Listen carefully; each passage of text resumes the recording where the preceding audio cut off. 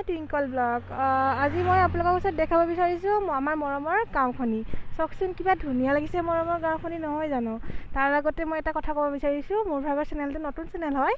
আপোনালোকে সকলোৱে লাইক কৰিব, কমেণ্ট কৰিব আৰু ছাবস্ক্ৰাইব এটা কৰি দিব।